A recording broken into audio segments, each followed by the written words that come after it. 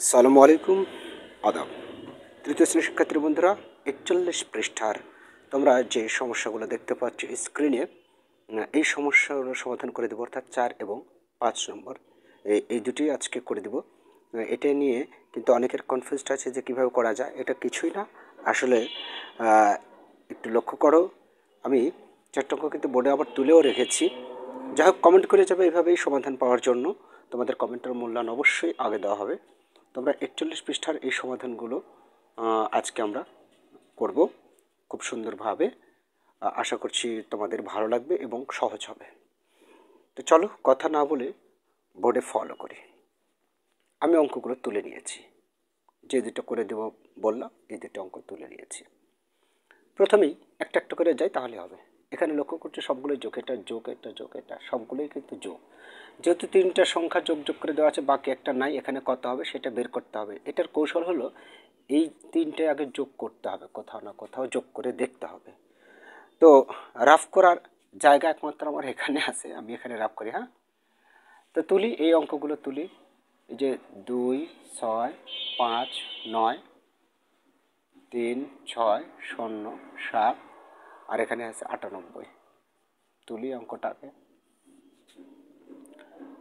এখন ৮ আর ৭ ১৫, ১৫ আর ৯ ২৪, ৪ হাতে ২, ৯ ২ ১১, আর ৫ ১৬, ৬ হাতে থাকে ১, ৬ ৬ ১২, আর ১ ১৩, ৩ হাতে ১, ৩ ৩ ৬।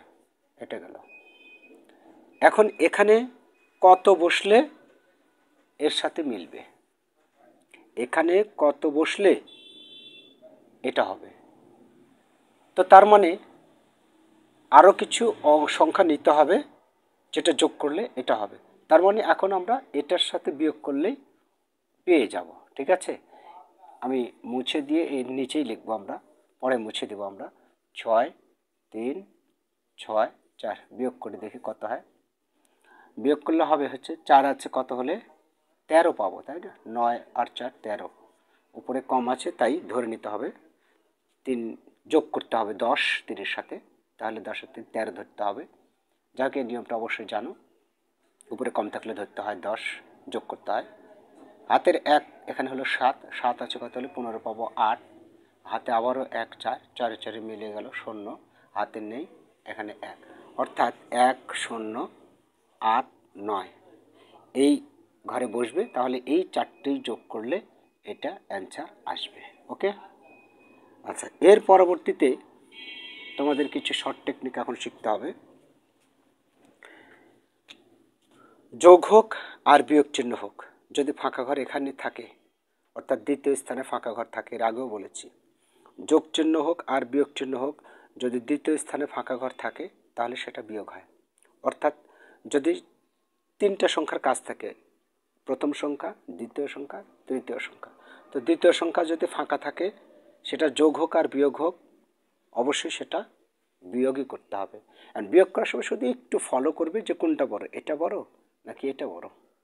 এটা অবশ্যই বড়, তাহলে বড়টা আগে তুলে বিয়োগ করতে হবে। ৫ ৯ ৩ ০ ০, আর ২ ৬ ২ ৬ ৮ ৭ ৪, যদিও এদিক থেকে তোলার নিয়ম ৪ ৭ ৮, তো যেহেতু সমান সমান সংখ্যা আছে, সো আমি একটা নিচে একটা মিলিয়ে লিখেছি।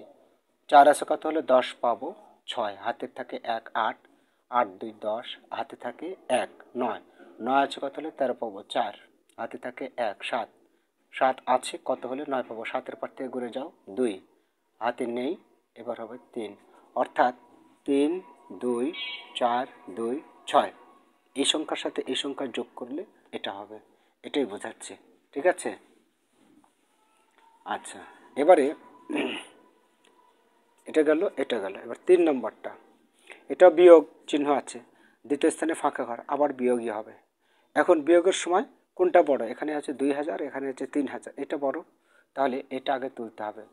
৩ ০ ০ ৪ ৫ ৫ ৬ ২, তো বিয়োগ করে দেখো ৫ আছে কত হলে ১৪ পাবো, ৫-এর পর থেকে গুণে যাও, ৫ ৬ ৭ ৮ ৯ ১০ ১১ ১২ ১৩ ১৪ ৯, হাতের ১ এখানে এসে যোগ হবে নিচেরটার সাথে, সবসময় নিচেরটার সাথে যোগ হবে। 6 6 আছে কত হলো 10 পাবো, 6 পর থেকে গুণে যাও 4 হবে। হাতের 1 7, 7-এর পর থেকে গুণে যাও 3 হবে। হাতের 1 3, 3 3 মিলে গেল। তারপরে 3 4 9, এখান থেকে 3 4 9 বিয়োগ দিলে 2 6 5 5 থাকে। ঠিক আছে, আচ্ছা বিয়োগ দিয়ে দেখো তো, 9 আছে কত 14 পাবো, 9 5 14, হাতে থাকে 1 5 5 5 10 মিলে গেল।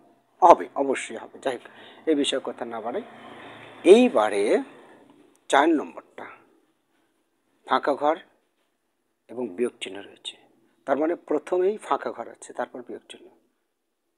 তো বিয়োগ চিহ্নের সময় যদি বিয়োগ চিহ্ন থাকে এরকম এবং প্রথমে যদি ফাঁকা ঘর থাকে, মনে করবে বাকি দুইটা সংখ্যার যোগ করতে হবে।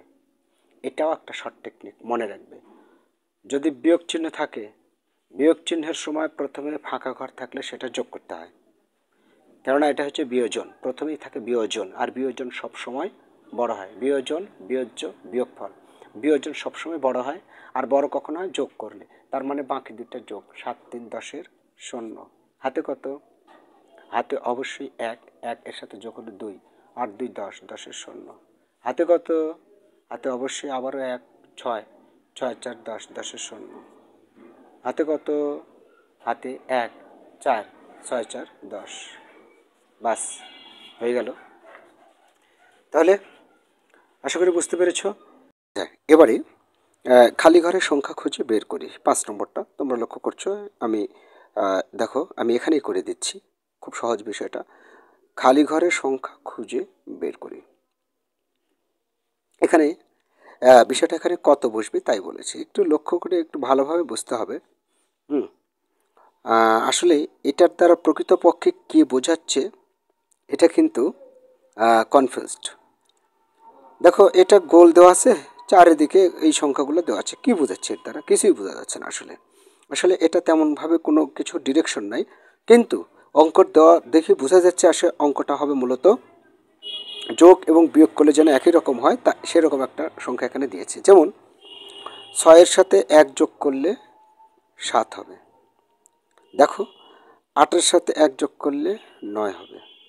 4-এর সাথে 1 যোগ করলে 5 হবে। আবার যদি উল্টাটা কাজ করো, 9 থেকে 1 বিয়োগ করলে 8 হবে। 7 থেকে 1 বিয়োগ করলে 6 হবে। 5 থেকে 1 বিয়োগ করলে 4 হবে, তাই না? এটাই হবে মূলত, এই একটাই বোঝাচ্ছে এখানে।